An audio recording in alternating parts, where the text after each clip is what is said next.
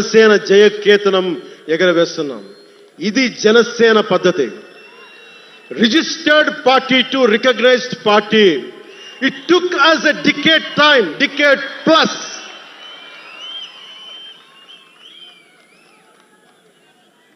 అంటే నువ్వు ఎలా మార్చేసుకుంటావంటారు.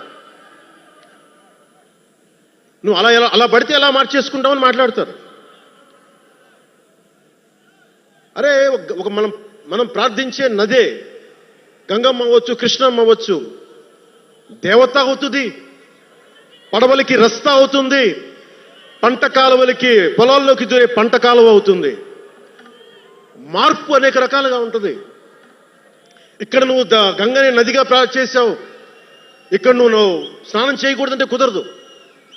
చాలా విభిన్నంగా చూడాలి. నేను మార్పు కోసం వచ్చిన వాడిని, ఓట్ల కోసం వచ్చిన వాడిని కాదు. అంటే ఇన్ని మాట్లాడే ఈ ఇంగ్లీష్ పేపర్ వాళ్ళకి I want to give you an example. Who said Pawan Kalyan changes from left, right and centre? Let me tell you this. One example from one of your journalist brotherhood, from your journalist brethren, Sri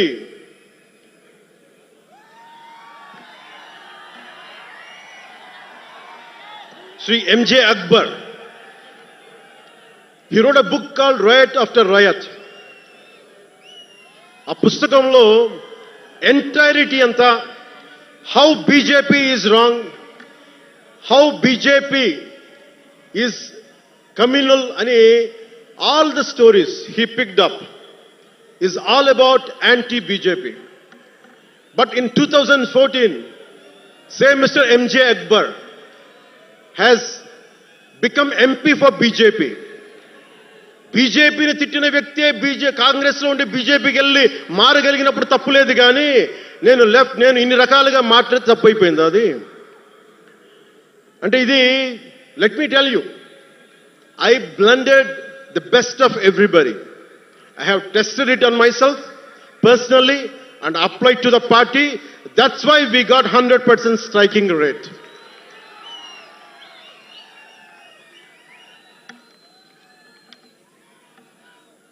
నేను ఎలాంటి కాలంలో పెరిగానంటే, భావోద్వేగాలు లేకుండా, జీవిత బరువులు మోయకుండా, కించిత్తు భావుకత లేకుండా, బాధ్యతగా నడవకుండా ఉంటే ఇంత దూరం రాగలమా? జీవితంలో నిన్న కాగితాళంగా ఎలా జరిగిపోతాయి? అంత ఫ్లూక్ అండి అంటే 21 సీట్లతో 100% వచ్చేస్తామా? 151 సీట్లు ఉన్న ఆ పార్టీని 11 సీట్లకి రానివ్వగలమా? ఎంత పోరాటం చేశాం మనం, ఎంత నలిగాం. వైజాగ్లో మన ఎమ్మెల్యేలు ఎంతమందిని జైల్లో పెట్టారు, ఎంత భయభ్రాంతులను చేశారు. బయటికి వస్తే ఆ రోజు అందరూ అడిగారు, మీరు వెంటనే ప్రధానమంత్రి గారికి చెప్పండి, ఫోన్ చేయండి, మీకు తెలుసు కదా అంటే, నేను ఒకటే అన్నా, ప్రజల్ని కాపాడటానికి వచ్చాను నేను, నన్ను కాపాడమని ఎవరిని నేను అడగదు, ప్రధానమంత్రి గారైనా సరే. ఇది నా నేల, నా పోరాటం ఇది. నా మీద చెయ్యి వెయ్యమని చెప్పండి, చెప్తాను నేనేంటో అని చెప్పాను. అంటే నేను ఎవరో వస్తారని నేను ఎప్పుడు చేయను, నేను ఎంత నిలబడగలను అదే నా మెజర్ అంతే. నేను ఎలాంటి జీవితం నుంచి వచ్చానంటే, నాకు చుట్టుపక్కల పేరెంట్స్ కమ్యూనిస్టులు, పిల్లలేమో క్యాపిటలిస్టులు. అలాంటి లెఫ్ట్ భావాలతో ఉన్న నాయకుల్ని, వారి పిల్లల్ని నేను నెల్లూరులో చూసేవాడిని. అంటే మార్పు అనేది అవసరం. నాన్న కమ్యూనిస్ట్ కదా అని కొడుకు క్యాపిటలిస్ట్ అవ్వకూడదనే రూల్ లేదు, ఇలాగే ఉండాలని ఏం లేదు. అంటే సహజం, అంటే మార్పు చాలా సహజం, ఎదగడానికైనా దిగజారడానికైనా సరే. వారి ప్రవర్తనని, వారి ఆలోచన విధానాన్ని బట్టి ఉంటుంది.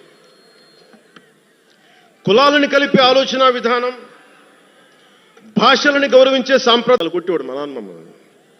ఆ భయం, నన్ను కొట్టింది తక్కువ, కానీ మా అన్నయ్యను కొట్టింది ఎక్కువ. సో ఎముడికి మొగుళ్ళలో ప్రసాద్ బాబు ఉంటాడు. చిరంజీవి గారు పక్క వ్యక్తిని కొడితే ఇతను లైన్లోకి వచ్చేస్తాడు, అక్కడ నేను డిసిప్లిన్లోకి వచ్చాను. అట్లాగే వీళ్ళని కొడితే నేను డిసిప్లిన్లోకి వచ్చాను. నాకు ఆయన కొట్టక్కర్లేదు, నేను డిసిప్లిన్గా ఉంటాను.